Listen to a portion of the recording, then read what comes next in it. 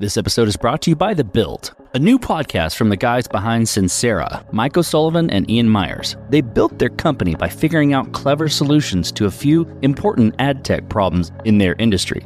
And that's exactly what this show is about. Mike and Ian interview some of the smartest tech minds in the biz to hear about how they identified opportunities, solved their hardest challenges, and grew their businesses in the process. Listen to The Build with Mike O'Sullivan wherever you get your podcasts.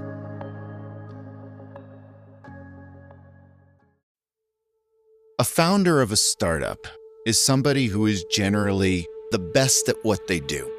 They know their stuff, they know their discipline backwards and forwards. And tech founders are usually at the top of their game. They're top of their class in what they do. Then they go and build a company.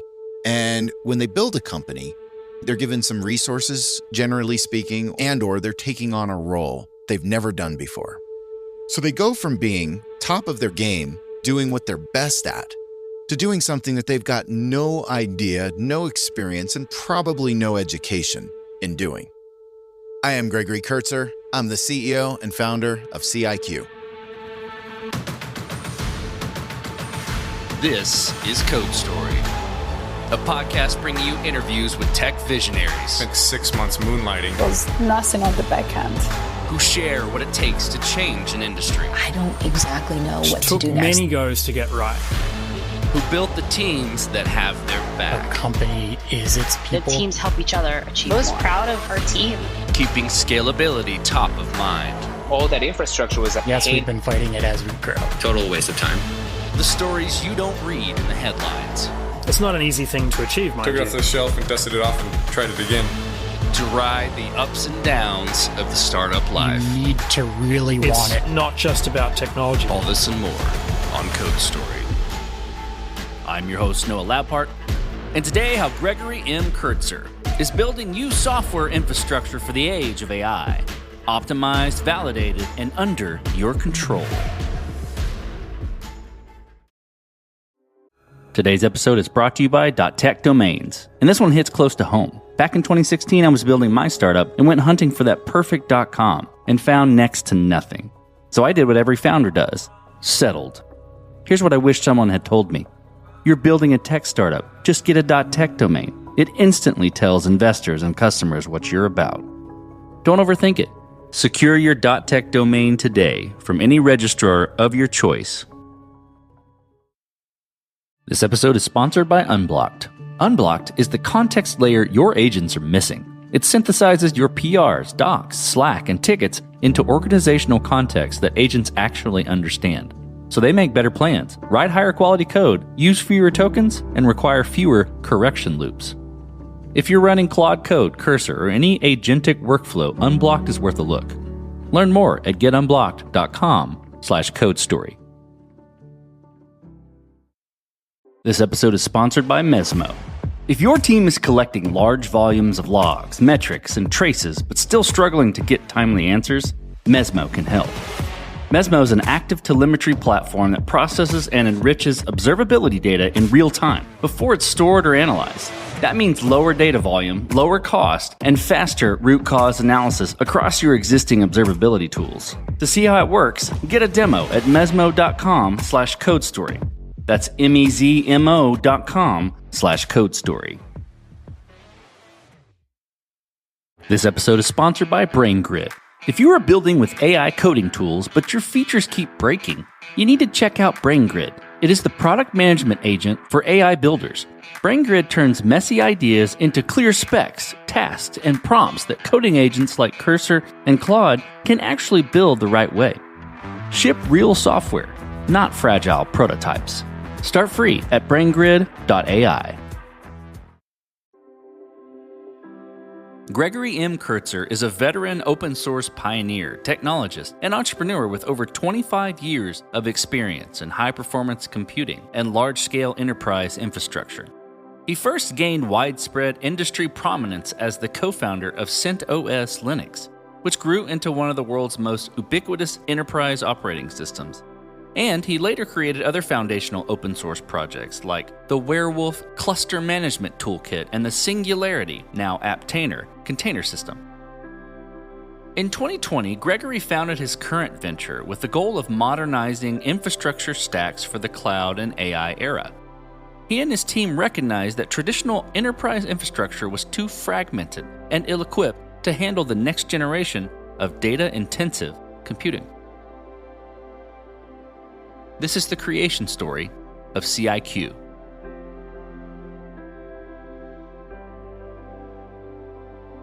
CIQ is really focused on doing software infrastructure for enterprises.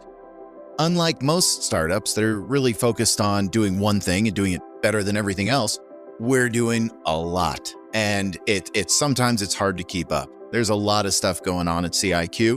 We started off really building a high-performance computing platform designed to modernize the high-performance computing infrastructure, which is about 30 plus years old, which in tech, that's pretty antique. So we started off modernizing that and then bringing a lot of those capabilities to enterprises. And then while we were doing that, the whole ecosystem was disrupted with the end of life of one of the most widely utilized operating systems in the world, an operating system that I was lucky enough to be part of founding called CentOS. When that was end of life, I raised my hand to the world and said, I want to recreate this. Anybody wants to join me? Here's where I'm hanging out. And almost overnight, we had 10,000 members of the open source community all joining. Rocky Linux was born, and CIQ's vision kind of opened up and expanded quite a bit. So now we do software infrastructure across the board for enterprises. I'm curious what you would call, the MVP, and maybe it's Rocky, right? The MVP for CIQ and the CIQ vision. What was the first thing that you set out to build, and how long did it take to build, and what sort of tools are you using to bring it to life? So what we initially set out to build was this computing platform. And the MVP is everything you shouldn't have done, everything you shouldn't do. So for example, the MVP for an entire computing platform, which you think of it as, it is Kubernetes for performance-intensive workloads, is not something a small startup generally would take on, but we did. Here we are 6 years later, and we're still building. And it's not that we don't have customers using it, but it is still moving forward, and we still have a ton of effort and energy on making Fuzzball the greatest platform ever. In terms of the MVP of it, it was pretty massive. There was a lot of things that we wanted to get into that to make sure that we were hitting the needs of our user base. You're serving the enterprise, so I imagine that the MVP of anything that you build has a lot of requirements. Is that true? Yeah, this is, as I alluded to, this is kind of like Kubernetes for performance-intensive computing. And Kubernetes is a gigantic project, a lot of features, a lot of capabilities. An MVP of that is not exceedingly useful. So for us, our MVP was actually fairly significant. And again, this isn't what you should do in a startup, but our vision was extremely bold. And we had a huge amount of confidence that we could build this. And luckily, the people that stand behind us, our customers and our early adopters, all seem to believe in us as well. And so we were able to build this. Tell me about maybe a key decision or trade-off you had to make in the early days and how you coped with that decision. A founder of a startup is somebody who is generally the best at what they do. They know their stuff, they know their discipline backwards and forwards. They're a guru. They understand what needs to happen, what it needs to look like, how it needs to go, how to build it even. And tech founders are usually at the top of their game. They're top of their class in what they do. Then they go and build a company. And when they build a company, they're given some resources, generally speaking, and/or they're taking on a role they've never done before. So they go from being top of their game, doing what they're best at, to doing something that they've got no idea, no experience, and probably no education in doing.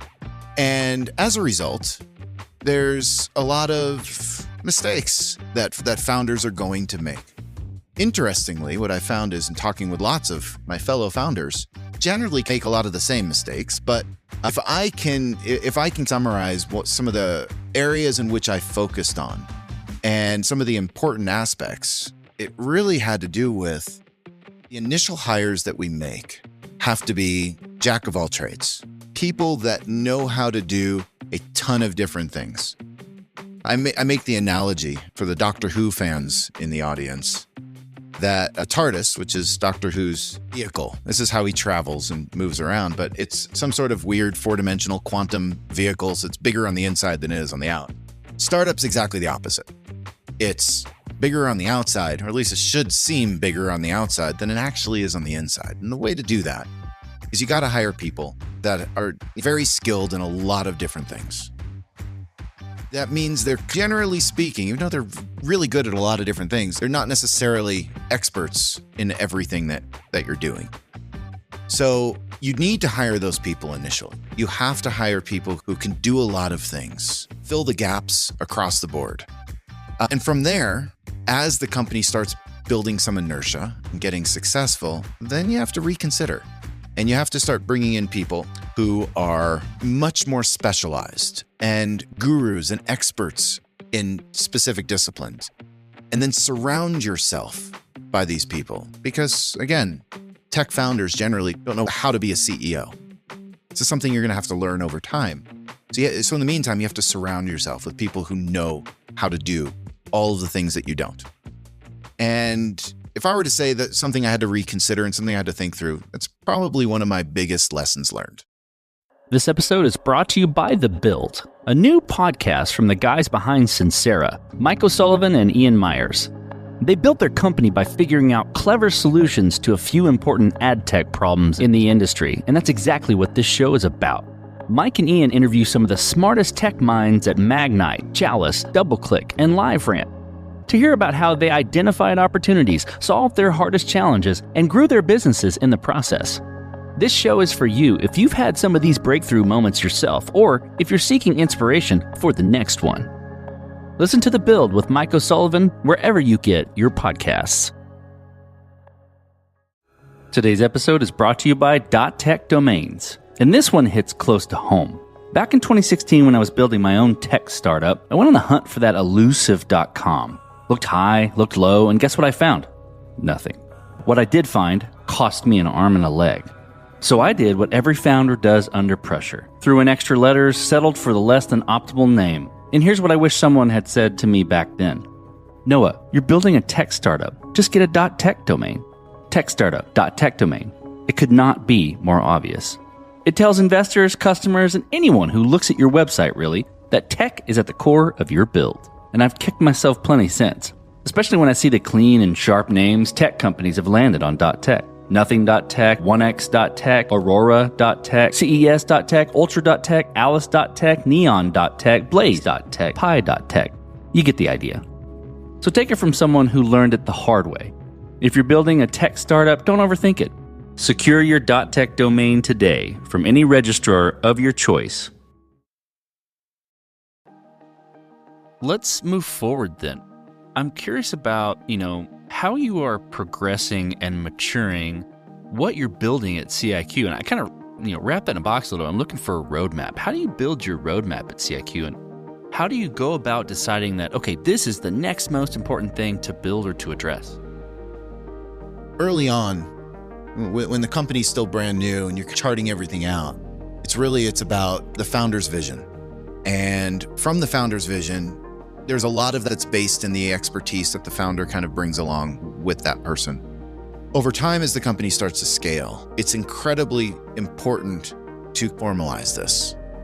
And product, a very strong and empowered product team, is incredibly imperative. And it's important for the product team to be not aligned necessarily with engineering and not aligned necessarily with sales, sit in between, and to read the market differently than from an engineering perspective, what's cool and what would an engineer want, versus a sales perspective, what does your latest prospect look like? It really comes back to that product team and making sure that you are empowering that product team to make the appropriate priority decisions such that you know what you're building, you can have confidence in what you're building is actually solving a real problem in the market. Let's flip to team. Gregory, I'm curious about how you build your team. What do you look for in those people to indicate that they are the winning horses to join you? Again, because this is a founder podcast, I don't mind being pretty open about the things that I've done that are good, of course, I can brag about, but some of the mistakes that I've made. And one of the mistakes that I made early on, and again, I come from being an engineer. I come from being a techie, somebody who I see with maybe a team underneath me, but I never really had to manage because I had a manager, just being team lead, architect. When I started working as a CEO, the most important thing for me is to get stuff done, get stuff built, innovate, drive, be aggressive in the sense of you want to overachieve. And that's how I approached this. So I brought on people who are kind of similar in that sense. Some of them came out of a very large hyperscaler that many people know that has a very strong drive of culture, a top-down drive of culture. And when I brought in some of these individuals, first questions they had was, where's our core values? What do you want the culture to be? And my response was, I really don't have time to think about core values. I don't have time. Just get your job done. And they really kept pushing on this. And at some point, they proposed a draft of, I think it was like 14 or 15 different core values for CIQ. And this is what was important to them and whatnot. At some point, it occurred to me that it's not fair for everybody to not know how I rate their success. What do I consider success? What do I consider them doing a good job? How do they know that they're doing a good job to me? And all of a sudden it clicked. Oh my gosh, I need core values. And I started doing all this research in core values. And I read a few books. And it's interesting because the most impactful book for me was the book that actually I couldn't finish. And I couldn't finish this book because I got so excited about it that halfway through, or just over halfway through of this book, I'm like, I'm going to go do this. Enough reading about it. I just got to go do this now. I redid all of the core values and I built the core values in terms of what is important to me. And previously, nobody really knew our core values, even though they were documented and we told everybody that they have to memorize them and whatnot. But it's kind of hard to memorize 10 plus core values and then figure out how do you put them into life. So I made 5 core values, super simple. And they are customer-centric, optimistic, dedicated, efficient, and excellent. And that happens to spell code. Yeah, with 2 E's, but that spells code. Everybody at our company, especially the coders, can remember our core values. And they're super simple, so everybody knows how to bring them and operate with them in a day-to-day perspective. That has done miracles for building the team that CIQ needs for success. And if I were to give advice to any other tech founders who are discounting the need for core values, take my lessons learned, please. They're incredibly valuable and useful. This episode is sponsored by Mesmo. If you're responsible for reliability, performance, or platform architecture, you already know the problem. Telemetry volume is growing faster than teams can manage it. Mesmo addresses this by moving observability upstream. Instead of storing everything and asking questions later, Mesmo processes telemetry in motion, filtering, transforming, and enriching logs, metrics, and traces before they reach your observability backend. The result is cleaner data, reduced ingestion costs, and faster root cause analysis using the tools you already rely on. Mesmo integrates with platforms like Datadog, Dynatrace, and open source stacks, giving teams more control without adding operational overhead. This is especially useful for platform engineers and SREs supporting complex distributed systems where context and speed matter. To see how active telemetry works in practice, get a demo at mesmo.com/codestory. That's MEZMO.com/codestory. This episode is sponsored by BrainGrid. Building with AI coding tools is exciting until the moment things start breaking.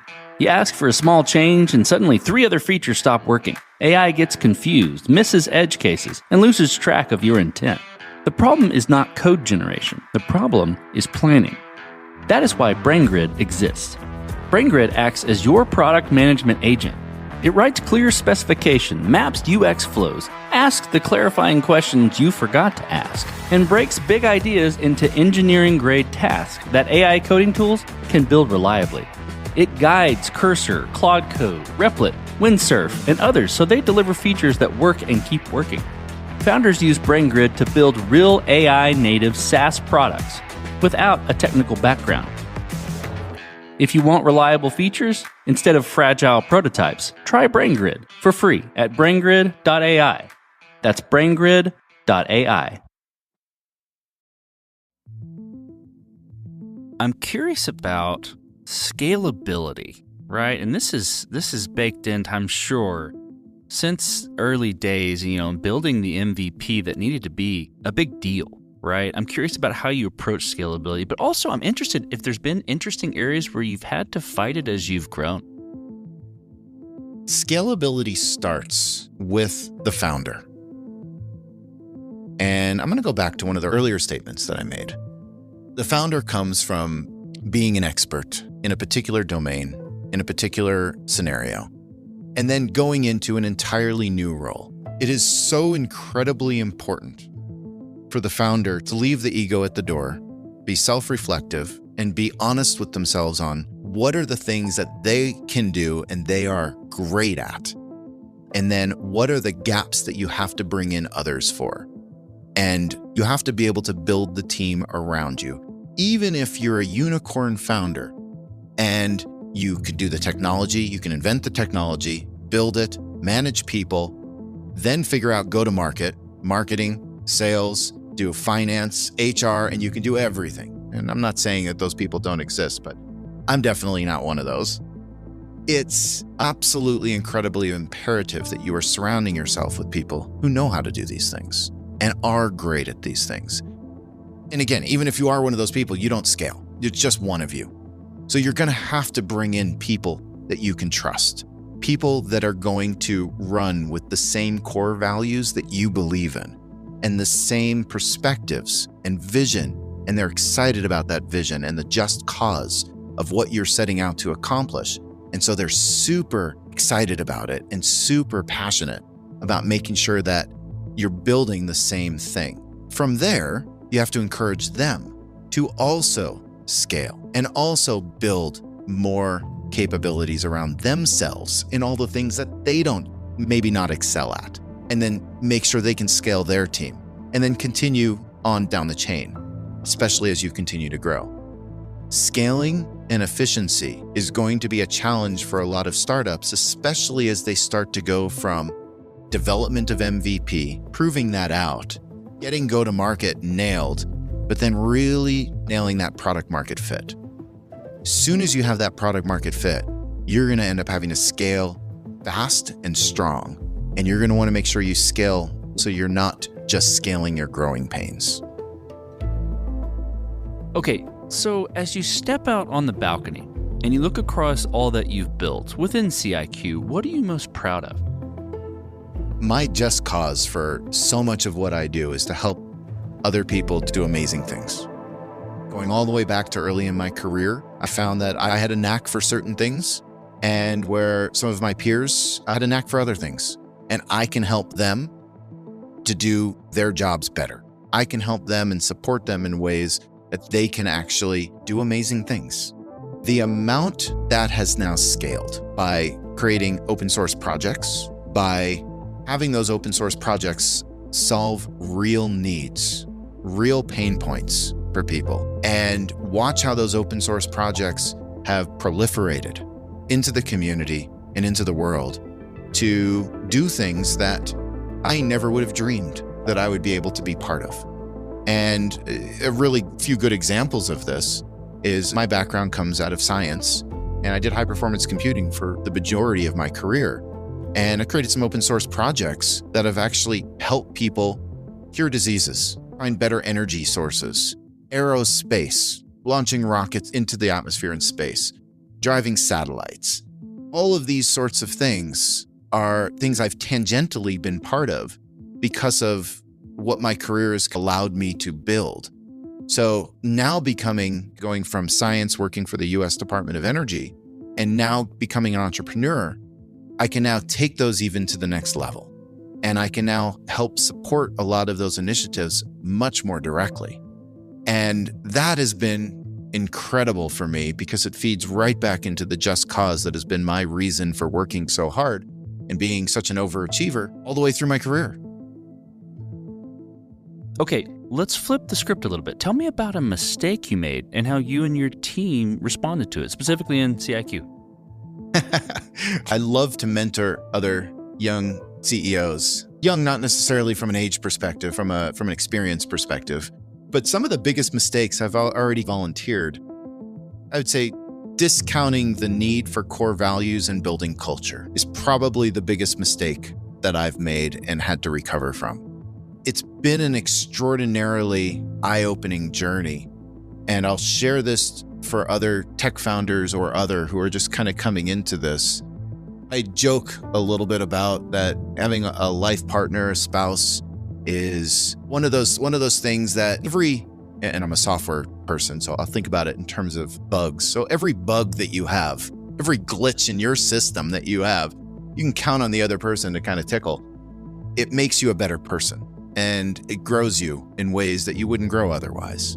Being a CEO, being a founder, will tickle so many different bugs and glitches that you didn't even know you had. The amount of scar tissue that is going to develop from mistakes, which will then cause you to learn and cause you to grow, again, in ways that you never even thought possible. Lots of mistakes, lots of scar tissue, and lots of learning across the board. This episode is sponsored by Unblocked. Your coding agents have access to your code base. Maybe you even connected other tools via MCPs. But access doesn't mean context. Agents can't reason across MCPs. They don't know your architectural decisions, your team's patterns, or why the API was shaped the way it is. So agents look in the wrong place and deliver bad outputs. Then you spend time correcting. More loops, more tokens. Unblocked is the context layer your agents are missing. It synthesizes your PRs, docs, Slack, and tickets into organizational context that agents actually understand. So they make better plans, write higher quality code, use fewer tokens, and require fewer correction loops. If you're running Claude Code, Kurtzer, or any agentic workflow, Unblocked is worth a look. Learn more at getunblocked.com/codestory. Okay, let's look to the future then for CIQ. I'm curious about what that future looks like for the industry, for CIQ, for all of the products that you're building, all the things. Tell me about what the future looks like. We started off with this vision of innovation. Then it was thrust upon us this opportunity of stability in the sense of products. Not talking about the company, but products. So innovation, building a new computing platform. Stability in terms of organizations needed lots of production all of a sudden. Like they needed to focus on their production capabilities within their infrastructure, things like their operating system. People generally don't want to have fast-moving innovation on something that needs to be absolutely rock stable. They want something that they won't have to think about, something that is going to be so incredibly boring that it just runs, it does its job, and they can sleep at night. So our product vision kind of went from massive amounts of innovation, creating something brand new that doesn't exist, to now we also have to think through the production side of how do we do this in such a way that the people that have to maintain it and the people whose jobs are depending on this are able to sleep at night, they're able to be comfortable with what they're running, and they know it's going to just work. To then, all of a sudden, the entire ecosystem was transformed over a matter of just a couple years with this new thing called AI. And it has transformed how everybody works. And I often say, this is the biggest innovation to happen in tech since the internet. What this means now is all of a sudden we're thinking about several different perspectives. We're thinking about fast innovation. How do we enable organizations to innovate and move and drive super, super fast? While at the same time recognizing that these same organizations have to run production, which means everything has to be completely stable, rock solid, and which is counter to the entire idea of let's be fast, let's drive fast, and let's move on innovation. So we got one side innovation, we got one side production. So as we look towards the future in the era of AI, we're seeing a really interesting cross between both of these. Organizations are saying, we recognize that we have to be doing something with AI. We have to be using this internally. We have to be gaining all these advantages that all these organizations are, and we've possibly even proven out already. We also need to do this in a way that's suitable for production, suitable for their own controls and compliance requirements. All large organizations have to manage these sorts of things. So now it's no longer just, it's something that they're thinking about in terms of testing and development. It's how do they roll it out into production?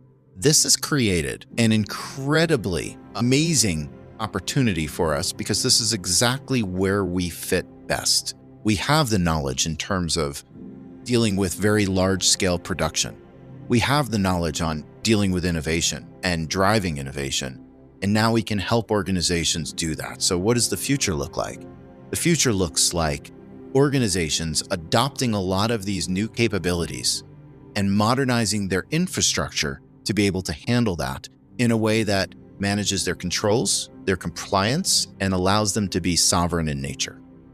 Okay, Gregory, last question. So you're getting on a plane and you're sitting next to a young entrepreneur who's built the next big thing. They're jazzed about it. They can't wait to show it off to the world, and can't wait to show it off to you right there on the plane. What advice do you give that person, having gone down this road a bit? There's a theme here from my perspective, and that is they've created this thing. They are so excited about it and they love it. And in their future, they're going to now have to become a CEO. They're going to now have to run an entire company. And in many cases, that means they're not going to have time to play with that technology anymore. They're not going to have time to go build that. And that excitement that they have for that product is going to get bisected in different ways to focus on other things. One of the best things they can do is hire people that can do the things that they are not the best expert in the world to do. Bring in other people. Allow other people to do what they do best. So hire the best people you can find and then empower them to do that.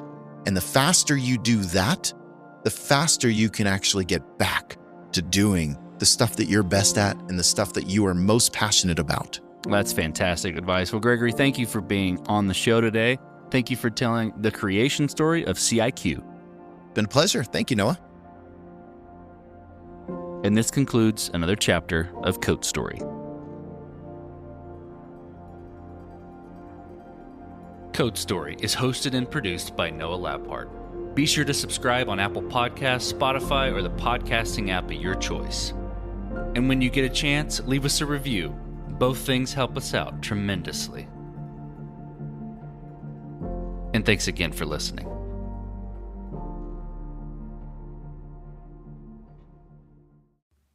Capital One's tech team isn't just talking about multi-agentic AI. They already deployed one. It's called Chat Concierge, and it's simplifying car shopping. Using self-reflection and layered reasoning with live API checks, it doesn't just help buyers find a car they love. It helps schedule a test drive, get pre-approved for financing, and estimate trade-in value. Advanced, intuitive, and deployed. That's how they stack. That's technology at Capital One.